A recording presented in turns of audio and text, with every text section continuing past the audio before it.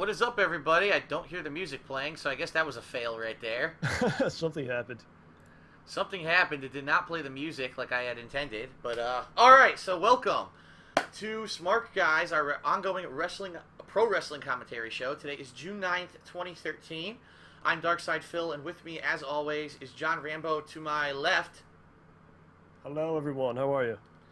And as you can tell, this is a very different version of the show. This is not a normal episode. We are actually experimenting with doing the show live via Skype, but also live streaming and yada yada yada. So every week, piece by piece, we're changing, we're improving. Not that we're going to do it like this every week. Definitely we're not. But this is a cool way to do it if there's no way that we can get together. And we've had that every once in a while where we can't get together, and this will be a cool way for us to do that. Or, in this case, later today, we're actually going to be playing a game that's a PC game, and we couldn't logistically put together a method to play the game physically in the same room. So Right. this way, we can each be home, playing the game from home, over the internet with co-op, and it saves John a drive, which I actually, that's good. I feel bad that John, driving hour and a half, 2 hours every week, to get here. A lot of miles, a lot of wrong road, a lot of truck stops, pull in, meet some strange characters, and things happen, and... Wow. Yeah.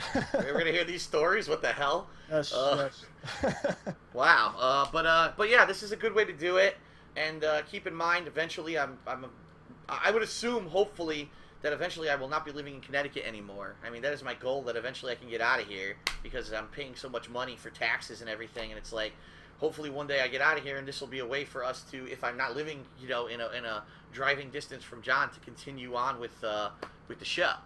So this is not the commonplace thing. This is not going to happen every week. I just want to assure everyone. I know a lot of people are probably freaking out. Oh my God, this is the end of Smart Guys. They're not going to be doing.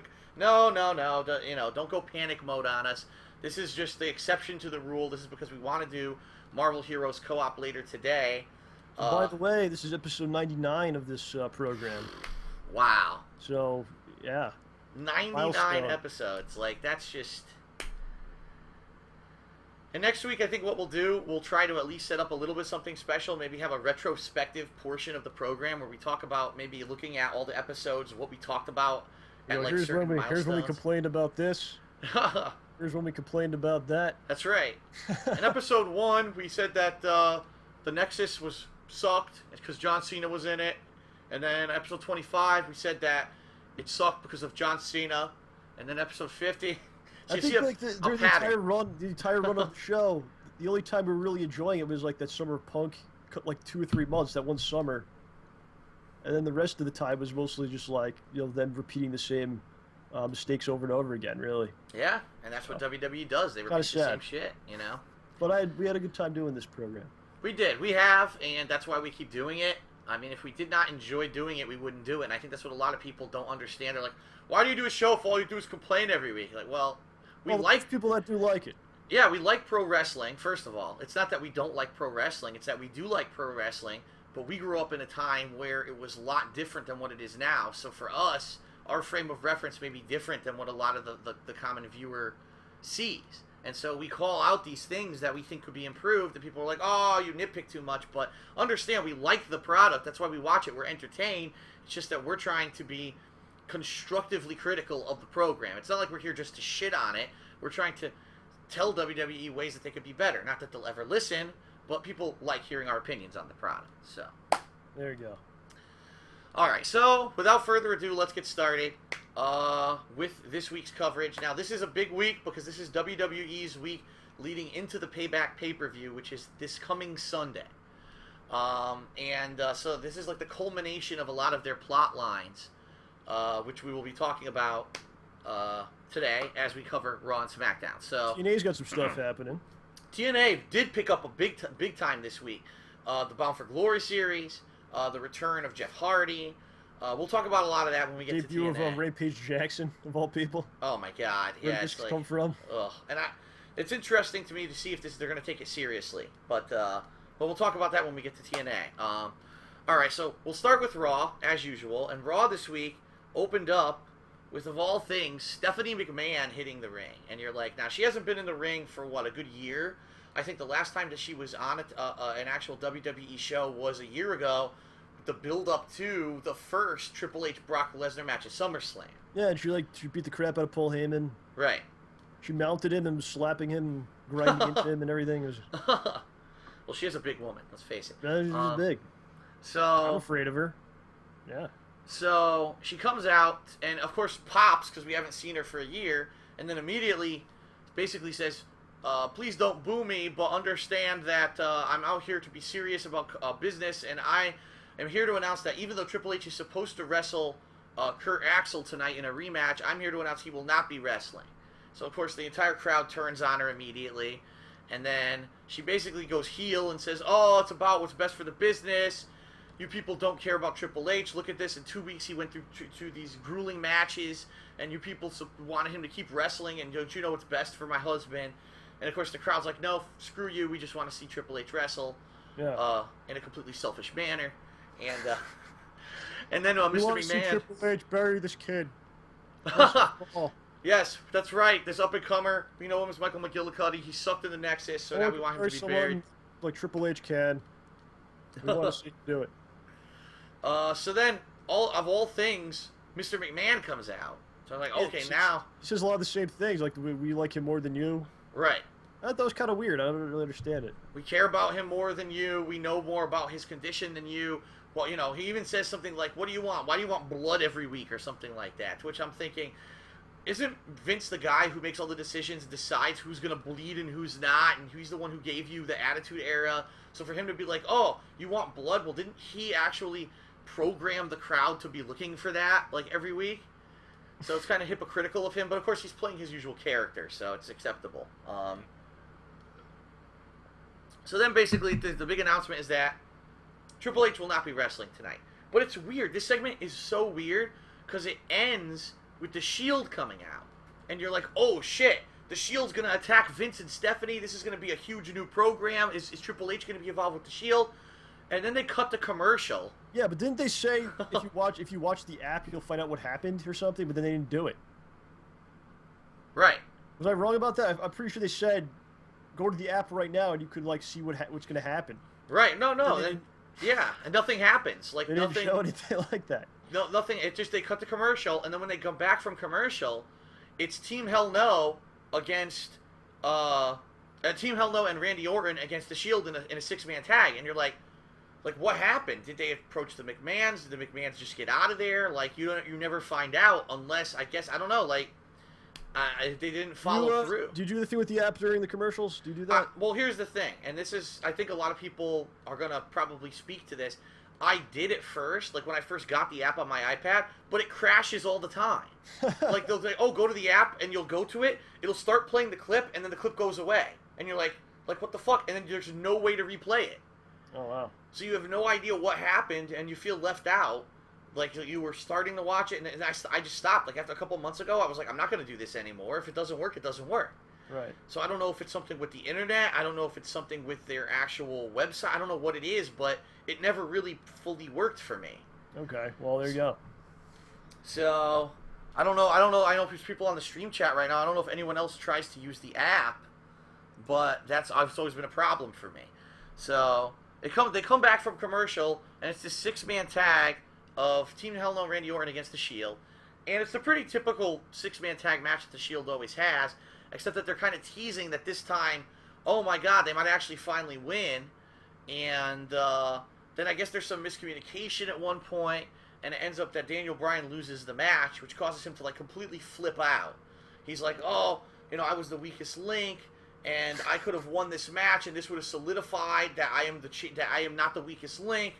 And it's a really weird situation because they've been doing this for weeks now, where he's been saying he's the weakest link. And so it's kind of to like, where's this going? And they have this backstage vignette where it's Kane and Randy Orton kind of telling him, listen, like, what the hell's your problem? You're not the weakest link. We've told you at this point. Like, what is going on in your head? He's very insecure. He needs some self-esteem. He went to anger management. He needs like self-esteem class. Right. And so he kind of flips out, and he blames everyone. He blames Kane, then he blames Orton, he blames everyone. Oh, I could have won this match, and it's your fault, and blah blah blah. So it's very uncertain where this angle is going, but if you watch SmackDown this week, you'll know where it was going, and we'll talk about that a little later. All right, the next match was the Usos against the Primetime Players. The Usos have been on quite some time. And it's funny because they were on both Raw and on Main Event this week. Yeah, they tend to do that. It's like, okay, we'll go with these guys, put them on everything, and then take them off everything. Right. Out of nowhere. So this week was, I guess, their week to get pushed because they have this new face paint that they're putting on. And they actually talked about it during the commentary, although I kind of missed it. He's like, and we'll explain to you what that face paint means later. Like, why don't you just tell me now? Tribute to the Ultimate Warrior. Sting. It's because they're big fans of Mike Tyson, and they like his facial tattoos. Oh, wow. So they have this new face paint.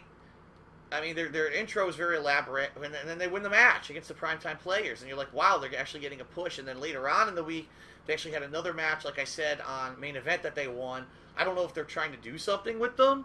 Maybe they're trying to build up another face tag team to go up against the Shield eventually, and that's kind of what I think they're doing, because they don't have any face tag teams right now besides Team Hell No. It looks like they got the Wyatt family coming in. Yes, that's like true. This, like horror movie type thing, family coming very in. Very Rob Zombie-esque.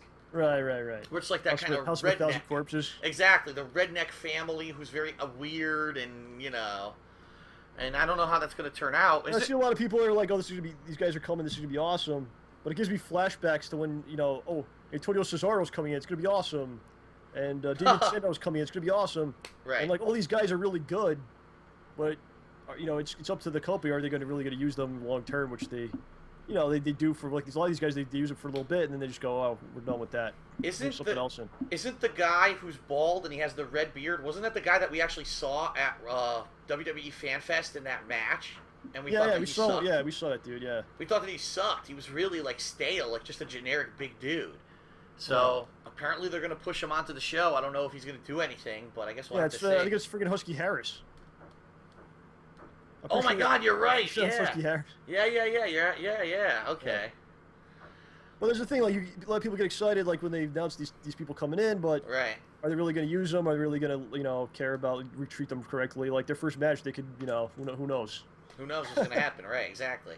You never know. It could be like they might be hot for 3 weeks, and they go, okay, and then they job about, Okay, so the next match was Alberto Del Rio against Big E Langston, and this was the rubber match between the two. Now, they've had one match where Big E won, one match where Alberto won, and so it's like 1-1. Who's going to win this match? Well, it's pretty much, once again, almost exactly the same match, but the ending is kind of interesting. So, Alberto has Langston in his arm breaker, and Langston, like, refuses to tap. I guess that's what they're selling him. He's a monster. He's not going to tap. He'll just stay there until, he finds a way out. So Alberto weakens the arm and then rolls him over and gets a pin. But it's weird. Like, I don't know if it was improvised. I don't know, like, what happened. But it was an interesting ending to the match. It was almost like Alberto outsmarted Langston. Right. And then we'll talk about this, but on SmackDown, the program advances because you find out an update on Dolph Ziggler. So we'll talk about that. How many times have they had this match? Well, they've had this particular match 3 times, but they've actually had weird ass like matches where it was Big E against Ricardo Rodriguez, and then Alberto would get involved. And so they've had basically matches between these two for like the past 2 months. Alberto's got to beat him and beat him like for real if he's going to challenge Ziggler. Right. Because it's like, what does it say about Alberto if he can't even beat like the champion's like stooge? His lackey, right? Yeah, he can like barely beat him. It's like he needs to like definitively beat him. if they're actually going to go forward with Alberto, like getting the title back and everything, unless they're going another direction where Ziggler's going to take care of Alberto, and then Big E's going to get a shot. Right, I could see that. But that's where they're going. Yeah. I don't think he's really ready for that. But no, I don't think so. He definitely needs a lot more work. How much you want to bet Langston wins the belt from Ziggler and holds it like 3 times longer than Ziggler had it for? Oh, come on. Because he's big. Okay, he could have the belt for a long time. And... He's the next Bobby Lashley. He had a MMA fight this weekend. Oh, he did? Yeah, I don't know what happened. I saw the headline. He was... At the last minute, he was disqualified for elevated enzymes. Oh, wow. Okay, so the next match was Sheamus against Cody Rhodes. Go ahead and figure out who won that one. I mean, Cody hasn't won a match in how long? Yeah, he's done. He's just a jobber at this point. The Great Khali has a singles match against Fandango, which goes to a no contest. Because I believe there's a lot of like interference, like the Miz and Wade Barrett keep getting like they're all getting involved because they're in this like weird love triangle for the Intercontinental title, which apparently means something again because they're all dying to get it. You have to get it. I must have this. So this sure my spot on WWE Main Event on Wednesdays. Right. I can just have this title. I will be on Saturday Morning Slam.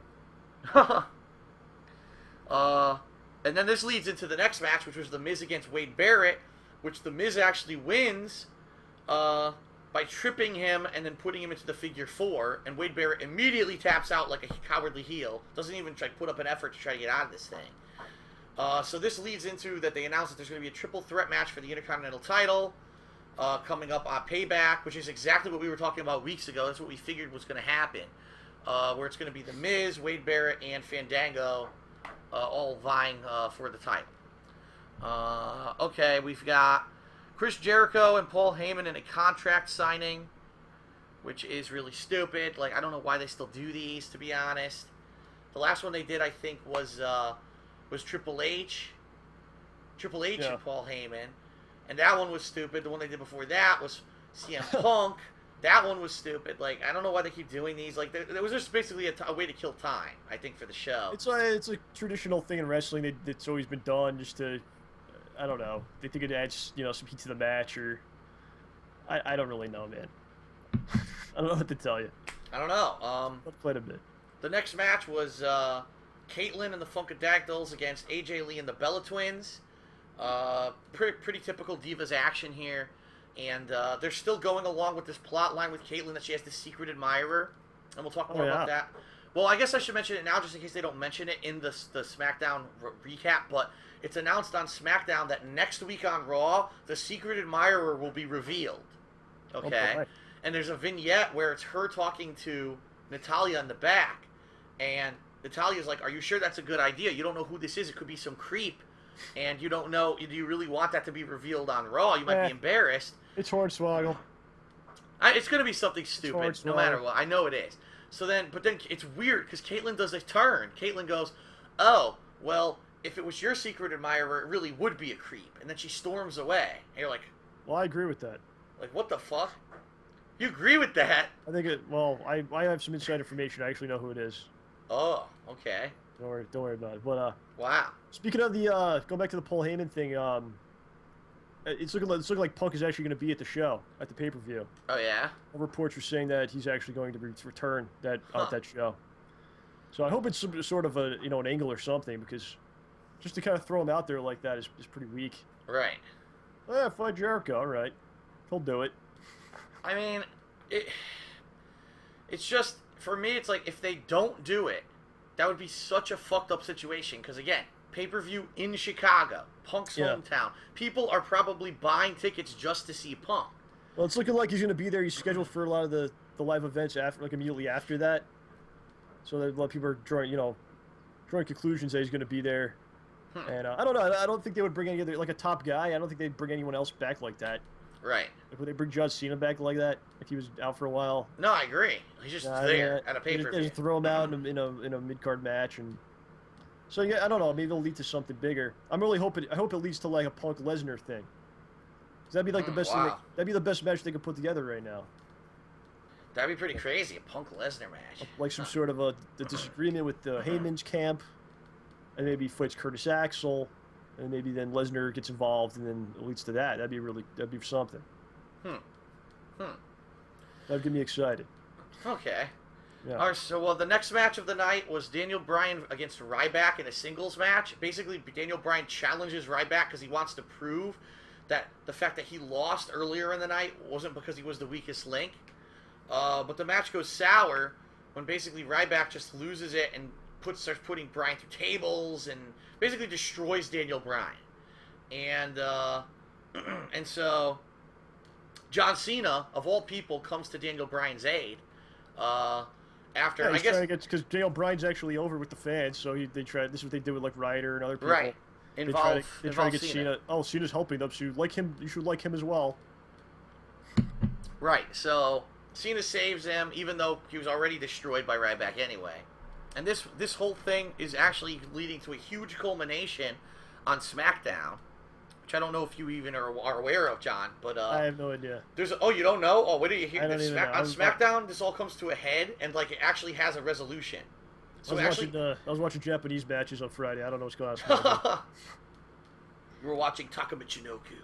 Whoa, yeah, he's still around actually. Oh wow. He's more of like a manager though. Huh. But he is. It's funny you say that because he's still like active and stuff. That's funny. Yeah. So the main event of Raw is Curtis Axel against John Cena because, we have to mention the backstage portion now with Triple H, the resolution of that. So Triple H does show up, and he wants to wrestle like so badly. He's like, oh, I gotta wrestle. You can't stop me. I don't care, Dad. I don't care, honey. Whatever you say, I'm going out there anyway. To which Triple H is basically like, listen, not Triple H, Vince is like, listen, you don't want to do something that you're going to regret. And everyone's like, wow, what does that mean? This is obviously it's leading into some angle where he's going to have friction with the family. Because everyone knows Triple H just does what he wants. That's always been his character. So Triple H doesn't wrestle, but he basically says, let me put it to you this way. Next week I'm wrestling no matter what. So I don't care what you say, what you do. Next week I'm wrestling Curtis Axel. Huh. So that's kind of... I don't know where this is going, man. I don't know. I don't know where it's going. I mean, it's an interesting angle. We'll have to see what happens with that. But then it's announced, well, we need a replacement, and so John Cena steps up. I'll wrestle Axel again. I lost last week to count out. I'll wrestle again.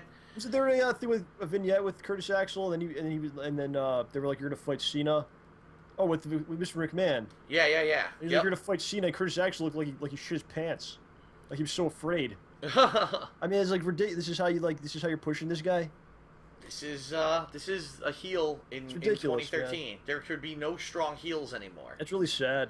It's even funny because even when you have a strong heel like a Mark Henry, all of a sudden he'll just turn cowardly out of nowhere, and you're like, start. He's called him like I don't know, shit breath or whatever, and then he's like, oh.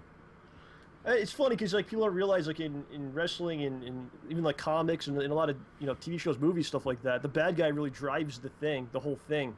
Right. Because the bad guy is the obstacle that the hero must overcome, and the reason you watch a lot of these things is because you want to see the hero. How is he going to figure this out? How is he going to overcome this obstacle and defeat this great evil in the world? Right. So that's what it's all about. That really drives storytelling, and they just don't have any bad guys at all. So it's like nothing really matters in the end, and nothing convincing at all. Okay, well, John Cena doesn't really have anything to overcome. He's Superman and he's God and whatever. So why should I watch? Right. So, I really don't even know if I need to talk about this match. Like, you could just copy and paste last week. So for anyone who watched last week's Raw, you're very disappointed if you were thinking there was going to be a different outcome. Basically, it's the same thing where, Cena's about to win, and then of course Ryback shows up, Ryback interferes, and causes Curtis Axel to win via count out again. And it's like, okay, 2 weeks, a main event that's thrown away. 3 weeks in a row now, Curtis Axel wins the main event by a count out. And it's like, what the fuck? Is he ever going to win a match legitimate? But we will talk about that on SmackDown, which we're about to talk about right now, because... He did last week, Sin Cara, but it's like... But it's not a big, oh wow, he beat Sin Cara, So it's that's not really like, gonna help him out. Oh, not a high-profile guy. And just stupid stuff. I mean, like he's deathly afraid of Cena. I mean, right. It does him no favors, man. Okay, so SmackDown opens up with The Miz on Miz TV, and he invites out his guests, Team Hell No and Randy Orton, because of the breakdown that happened on Monday. The fact that Daniel Bryan's kind of flipping out and calling himself the weakest link. And this is a weird segment because, again, it's very reminiscent of the vignette that they did on Raw, where Daniel Bryan's just like, no, neither of you believe in me. Neither of you think that I'm strong enough. He even says to Kane, he goes, be honest, Kane, if you could have chosen anyone else, John Cena, Randy Orton, anyone else for your tag team partner, you would have chosen them over me.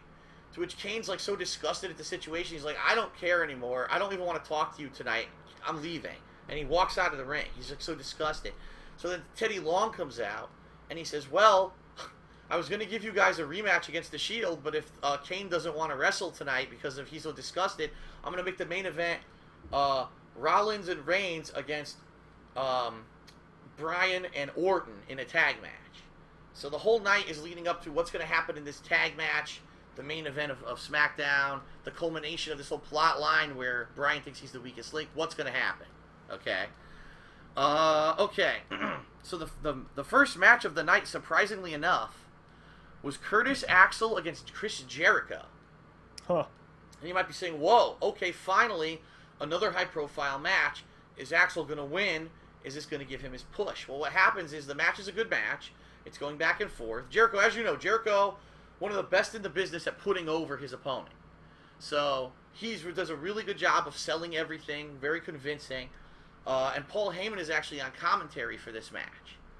And then all of a sudden, when it looks like Jericho may, just win the match out of nowhere, CM Punk's Titantron plays.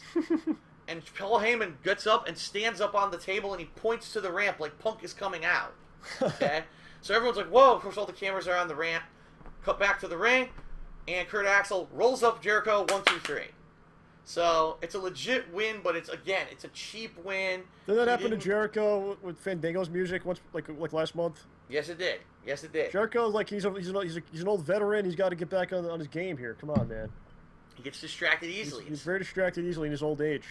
He's a musician, and whenever music plays, his attention goes somewhere else. So unfortunately, Chris Jericho loses the match. So Kurt Axel has a legit win over him, but the guys are the fans. It's nothing. And, right. It's still like fluff. Wow, he won, big deal. He didn't legitimately pin the guy. It was because of a distraction. No one out there saying this guy Curtis Axel's awesome. I can't wait to spend money to see his pay-per-view match. Right. Or see him at the live event. Like it's not happening. I mean, right. And it could happen, but not that way. Okay. The next match of the night was very odd because Alberto Del Rio comes out, his usual hoopla with Ricardo Rodriguez or whatever, and then 3-man band comes out, and you're like, now wait a minute.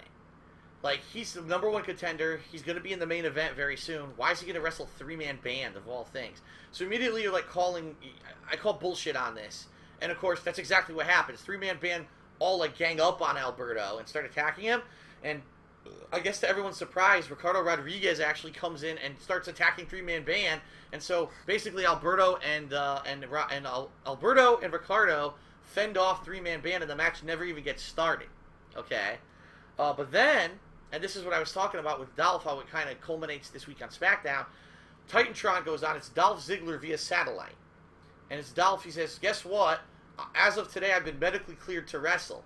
So I'll see you on Monday. I'm going to be participating in Raw. I'll have a match. I'm going to steal the show.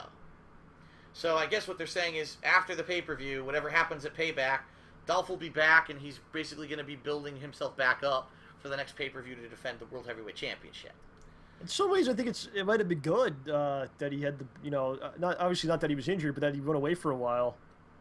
Because now it's almost like a reintroduction. He's the champion. Right. He's coming back, and now you can really, really establish him and make people kind of forget about some of the sins of the past that they did with him, Right. So I think it's a real opportunity to reintroduce him in a big way. Right. And do the right things going forward. They probably won't do that, though. We'll see what happens when he comes back. All right, so the next match is Kane against Ryback. Yeah. So I guess Kane is trying to get some revenge for what Ryback did to Daniel Bryan. And he has this confrontation with Ryback in the back. He's like, yeah, well, good luck trying to put me through a table or whatever, or doing that. He says, oh, Ryback rules? Well, your rules don't apply to me. It's like, oh, that was so lame. Like, just such a lame promo. I can't believe they had Kane say that. So the match is good. It goes back and forth.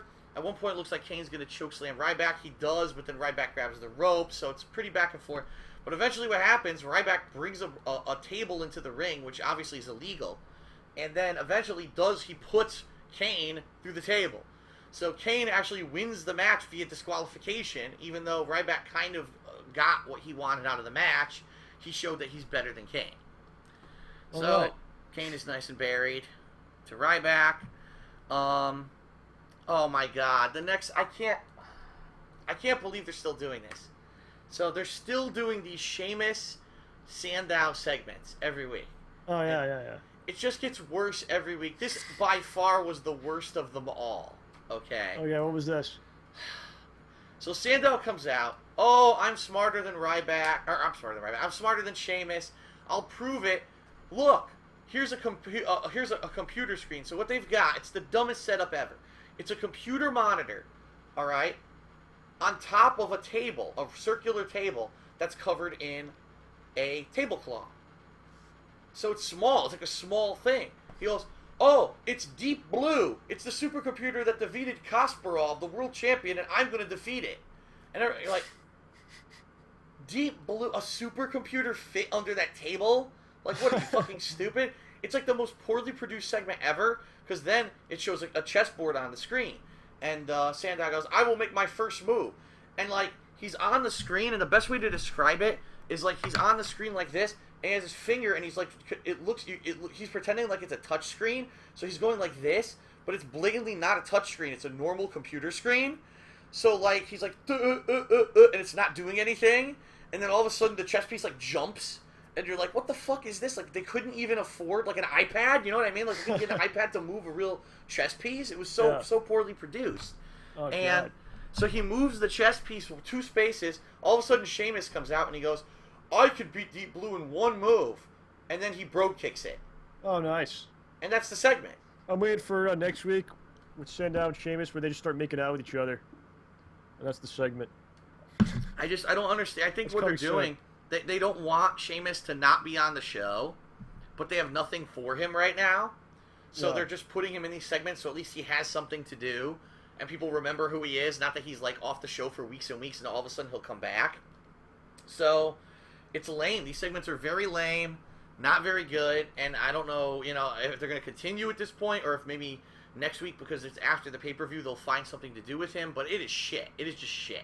Yeah, I think it's kind of like brought them both down a couple notches, just being involved in it. Right. It makes Sandow look stupid. And it makes Sheamus just look like filler material at this point. Alright, so the next match was Fandango against Zack Ryder. Do I even need to talk about this match? Seriously. At this point, like, Ryder's supposed to have some kind of new gimmick. He's growing his hair or something, or I don't know. Well, his hair, he doesn't spike it anymore, and it is longer, and he, like, combs it. It's some kind of new thing coming soon where he's going to have, like, long hair, or I don't really know what's happening. He's still doing the woo-woo-woo and all that, but he doesn't have the gear anymore. He got rid of the glasses, the headband, like, it's all gone. So I don't know if they're changing him. They're going to rebrand him. I have no idea. You got to teach all those people that bought that merchandise. They got to teach them a lesson. And another thing is Kurt Hawkins is back. He was actually on, I believe, Main Event, I want to say. He wears, like, the Aces and Eights outfits. Yeah, he wears the Aces and Eights outfit. Now, I think what it is that it's a take on the TV show Sons of Anarchy. Which is what Aces and Eights is. Which is what Aces and Eights is, exactly. So it's weird because you've got the same kind of biker thing on both shows now, both companies. They might as well put Hawkins and Ryder back together. I don't know if maybe they will. They might as well just do that. Yeah, at least they'll be doing something then, because right now both guys are just floating around doing absolutely nothing. All right, so then the main event is Randy Orton and Daniel Bryan against Roman Reigns and Seth Rollins, and I'm trying to remember what happens. It's a very weird ending to the match. Because so the whole story of the match is, will Bryan and Orton be able to work together? Because of what happened on Monday, they don't agree with each other. And at one point what happens is Bryan runs across the ring and goes to dropkick, I think it's Rollins, but Rollins moves out of the way, and he hits a stiff-ass dropkick in Orton's face. Like, it was stiff as hell, and I think they did it on purpose. They wanted it to look stiff. So Orton's, like, done. He's out, because it was such a stiff dropkick. And it looks like Daniel Bryan may win the match again, and then all of a sudden Dean Ambrose interferes. So now it's a DQ, and they win by disqualification. It's like, oh my god, they just cannot get a legit win over these guys. So then Daniel Bryan starts fending off the Shield, and he turns around, and all of a sudden Randy Orton RKO's him. Okay? And it's not like, oh, I RKO you, and oh, that was like payback. It was more like RKO you, and he stands there heelishly over him, like, haha, I got you, little runt.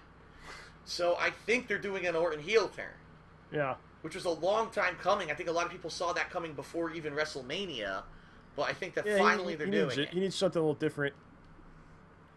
Yeah, because now he's stale as hell. Look, they've got him in all these tag matches against the Shield. Yeah. But maybe they'll spin it and make him like a tweener, like Austin was, where I don't trust anyone, and you were screwing up, you drop kicked me, so I pay you back. I don't know. That's what they should do, but it's probably gonna turn into like he's teaming up with the Shield in like 2 weeks from now. That'd be awful. Yeah, I hope they do the right thing with it. So Orton looks like he's going heel, which is a good thing because he's been stale for quite a while, and I guess we'll see where this leads on Monday, because as of right now, he's not even on the paper. He's not on the pay-per-view, right? No, he's not in a... I don't think so. He's not on the card. Well, I'm going to bring up the card right now so we can review for next week. Double check. Yeah. So, just so everybody knows, next week, we will be doing the pay-per-view simulations of the Payback pay-per-view. Now, right now, we don't want to promise anyone anything. I actually talked to John about this before we started the show. We're not sure when we're going to be doing those. The goal is to possibly do it on Sunday, but we don't know. It's up in the air right now. The thing is, one of the biggest releases of the year, The Last of Us, comes out on Friday, and I think I'm going to be busy with that at least for 2 days. You know what I mean? Like, hardcore into it. And if that's the case, that means I'm busy on Friday and Saturday, so I'm not able to do it. But at the same time, if we were to wait till Monday, now the pay-per-view already happened. So we'll let everyone know during the course of the week if it's viable, whether or not we can do the pay-per-view simulations. I mean, I think the ultimate, the best case scenario would be if on Sunday we could do Smark Guys and then do the live pay-per-view simulations streaming. Right. And then it ends, and then you can go watch the real pay-per-view. You know what I mean? So you watch simulations, wow, it's great. And now if you want to watch the pay-per-view and see how it's inferior to our simulations, you can go do that. I think that would be really neat. Or just watch The Sims and not the pay-per-view at all. That could be too. That's a viable option. All right, so I'm trying to bring up the Payback website here to bring up the card, and it's loading extremely slowly. Cool. Well, you got a lot of stuff going on your computer right now. That is true. That probably is the reason why it's not coming up. Oh my God, it's not loading. Oh wait, up. No, it's not. Oh, there it is. Okay. So the card. They don't even have it listed. Are you serious? Right now, this is all they have listed. This is so weird. They've got Wade Barrett versus Fandango versus The Miz, triple threat match, Intercontinental Championship. Chris Jericho versus CM Punk. And John Cena versus Ryback in 3 Stages of Hell. Now, obviously, there have to be more matches than that. So, I guess what they're going to do is this last week, they're going to probably announce more. Maybe they'll have a Daniel Bryan versus Orton. Sheamus versus Sandow. You know what I mean? Like, I'm doing what-if scenarios here, but they have to add some more matches at this point. Will they have Del Rio go up against Langston again? I don't know, but 3 matches. That is a weak pay-per-view. Triple H? Would Triple H be in a match? I don't know. If he was in a match, they'd be pushing that, like, every day. I guess that's true. So, I don't know. Only 3 matches announced with a week to go to the pay-per-view. That's kind of weak, WWE. We'll give Ryback some more matches. He'll fight, like, 3 guys again. Yeah, he'll have a squash match and then the John Cena match. Yes. Yeah. So, next week is that pay-per-view. Like I said, we'll be simulating that on stream at some point. Not sure when, and also for YouTube. TNA this week. We do want to talk a little bit about this because it was a big week for TNA. Disgusting. We had the pay-per-view last week. Yes, they had the Slammiversary pay-per-view. And the culmination of that plot line was that Sting versus Bully Ray in a no-holds-bar match. Gee, I wonder if there'll be any interference. I didn't see it. I read about it. It sounded like it was a cool ending where Bully cut the ring apron off. Right. And you just exposed boards underneath the ring, and then Sting he slammed Sting on it or something, and then pile drove him on it. And then then Aces and Eights gets involved and Sting loses. But that's the thing. Like sometimes the TNA roster comes out to help, sometimes they don't. Yeah, where were they? Where the hell was the whole roster? Yeah, sometimes they all come out to help, and sometimes they're just nowhere to be found. So I mean, I don't like that. It should be more consistent than that, And it was actually funny because one of the things that they actually had on this week's Impact was Sting wasn't on the show, but he tweeted, and there was a tweet during the week. Gee, where was the rest of TNA during my title match? Right, so it's actually part of a story, which is cool. Right. But I mean, it's got to be consistent, you know. If they're gonna come, they always have to come. If they don't, there has to be a reason why. Right. So we'll see where it goes. It's a storyline. I guess maybe he'll become like AJ is, which is what he used to be. Right. My head is hurting. Character. The same damn character. My head is hurting now. I don't know what's going on. All right, so a few things happened this week. Jeff Hardy returns and has a pretty deep, really good match with Bully Ray. Yeah. Not that it mattered. There was no title repercussions or anything anyway. The Bound for Glory series began, which was a big pickup for the company. Like John has said in the past, it feels like it means something every week during the Bound for Glory series because every match can lead to, you know, who's going to actually finally wrestle for the title. And so this week they had a couple qualifying matches. Some of the notable ones were Hernandez against Chavo. Yeah, it seems like Chavo's going heel. Maybe.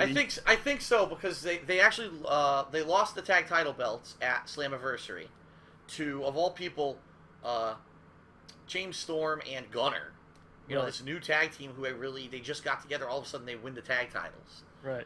So they drop the titles, and all of a sudden the next week they're wrestling each other. It's like, okay. So they wrestle, and Hernandez gets the win. Although it's a really weird win. It's like he rolls him up out of nowhere.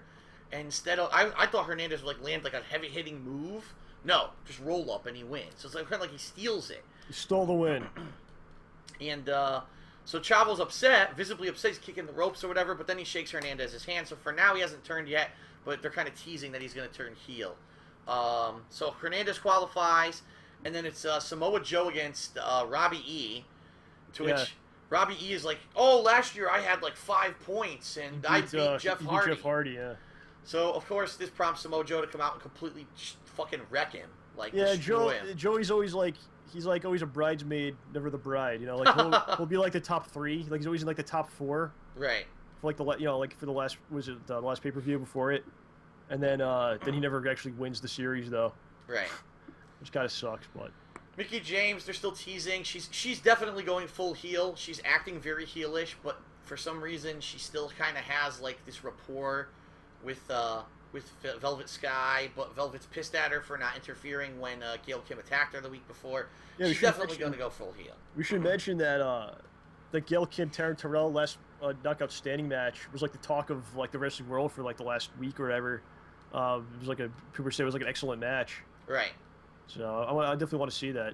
Yeah, I didn't see it, and but from all reports, it was a real like a traditional Extreme Rules kind of match. Yeah, it was really a great match apparently. So. That's pretty good. You know what? You would expect that from Gail Kim. Oh, yeah. I think that's cool that Taryn Terrell was able to hold up to that standard and actually put on the match. So yeah. So outside of that, I'm trying to think if anything else major happened. We got the big announcement of Rampage. That's right. That was the other thing. You're absolutely right. Yes. And I think it's cool. Like TNA, they still make the same mistake where they overhype things. And I guess on Twitter.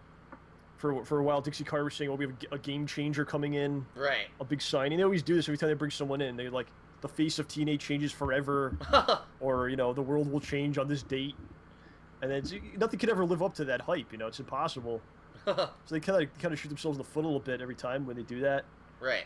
Rampage, I guess he's got his deals with like Spike TV, where he's going to be on the Bellator show and also on TNA. Wow. They said he's going to wrestle on TNA. Huh. So we'll see. I mean, is it going to be? How regular is he going to do it? Can he do it at all? Right. I mean, I wasn't too like the segment he did with Kurt Angle. Right. I wasn't too impressed with that. It looked like they were going to like make out or something. They just stood there in front of each other. Right. So I want to see if Rampage has got anything. Does he have promo skills? Can he put a match together that's more than like 6 minutes long, where he's actually doing stuff in the match, not just like right, laying down. I mean, so we'll see. But I like Rampage as a character. He's definitely a known guy and throughout the sports world and everything, so we'll see. I think it's important to note that Kurt Angle was the second inductee in the TNA Hall of Fame, and they did that at Slammiversary. Yeah. So now let's take a look. The two people who are the first two inductees are Sting and Angle, who both are guys who just came into the company like midstream, who weren't really there the whole time. And you got to wonder how people like AJ Styles, how Christopher Daniels, how Samoa Joe, people who've been there almost the whole time feel about that. I can understand why they're doing it. These are guys that maybe in a few years won't be wrestling anymore, you know. But if you're really talking TNA Hall of Fame, like, who really deserves to be there? You can't put AJ in now because he's still very active. Right. And so I like the two picks. Sting came in really early on. And Kurt Angle, he was like the first guy that came over, that really legitimized the company. Right. You know, and Kurt Angle, he's a huge star now. He's in TNA, so Kurt Angle's one of the few guys they brought in over the years that actually meant something, and like raised the image of the company. Because it was funny, because they brought him in, and then all of a sudden it worked, so they were like, oh, now we need to bring in every other fucking possible person who's not on WWE TV. I didn't really like how they used him when they brought him in. He won every belt, actually. He had every single belt. Right. At the same time. It was ridiculous, yeah. Including both tag belts. He had both. There wasn't even a partner. He had both himself. But, yeah, I like the two picks. I think the worst thing they could have done would have been Hogan. Oh, God. So I'm glad it wasn't him. And Jeff Jarrett needs to be in the Hall of Fame because he started the company. So I agree there. Like, if anyone, I would have said Jarrett. But I guess because he's not currently on TV, they don't want to, you know. I don't know if he's, like, fell out with the company or whatever, but he's the one that started the company and you know, put his money on the line and his livelihood on the line to have it. So right. He should be in there eventually. So anyway, getting back to the subject, yeah, Rampage Jackson is in TNA, and he's cutting a promo, basically saying, "I'm happy to be here, but I'm gonna run through the competition, blah blah blah." Kurt Angle comes out and basically says, "You know, you gotta be the man, you gotta beat the man." Well, here I am, and so they have kind of a face off, and it's left at that, so you don't know what's gonna happen. Are they eventually it just seemed kind of off. It is. It's kind of weird. Like, they were just staring for like minutes. They were shaking hands, and then they would stare again. Right. Right. But I'm excited to see. Like I said, I like Rampage a lot. So if he could bring something, I mean, it could be big. It could be. It could be potentially. All right, so that's pretty much it for this week's edition of Smart Guys. Next week we'll be obviously covering the final lead-in into the Payback pay-per-view. Any new developments with TNA? I'm sure there'll be more Bound for Glory series. Like John said, this is an exciting time of the year because of the Bound for Glory series. Every impact will matter because everyone will be having matches and either qualifying or earning points. And that's an exciting reason to watch TNA right now. So if you haven't been watching, this may be one of the times to tune in and see what's going on. Of course, now they also need to legitimize a new contender for Bully Ray, and we have to see who that's going to be. So next week we'll have all that here on Smart Guys. Not promising what day it's going to be yet, but we're shooting for Sunday, but we'll have more information on a solidified date later on in the week. So definitely be following along this week. And also keep in mind that next week we will be simulating the Payback pay-per-view in WWE 13. It's been 2.5 months now since we did the simulation. Yeah, it's been that long. Wow. But the last one we did, the WrestleMania sims, did really well. Yep. So, you know, here's hoping that the Payback sims coming back from such a long hiatus also do well. I guess we'll have to see. So, or maybe because of YouTube One channel, no one will ever watch it. Who knows? It could be one or the other. You know, you never know. You never know. So, all right. So that is it for this week's edition of Smart Guys. I hope that you enjoyed it. And I guess we will see you next week for all the lead into the next pay-per-view. Thanks a lot for tuning in as always. Episode 100. Oh, shit. You're right. Next week is the big episode 100. I forgot. Next week. So maybe next week we'll have something special. Maybe what we'll do is a segment that'll be a retrospective, where we'll maybe look at like every 25th episode and see what we were talking about, and maybe kind of reference how that led into now, and you know, our feelings about the product back then when we actually started the show at episode 1 versus now. Yeah. And I think it's gonna be pretty crazy to look back and see all the stuff that we've talked about, and where wrestling has gone in the past several years. I mean, it's been about almost 3 years now we've been doing the show. We started it in 2010, I believe. So, yeah, it's a pretty long run. And there's going to be a lot to talk about, I think. So next week, a special 100th episode of Smart Guys with a retrospective and, of course, again, all the lead into the next pay-per-view. So, thanks a lot for tuning in, and we'll see you guys next week. Still on? Yes. And now...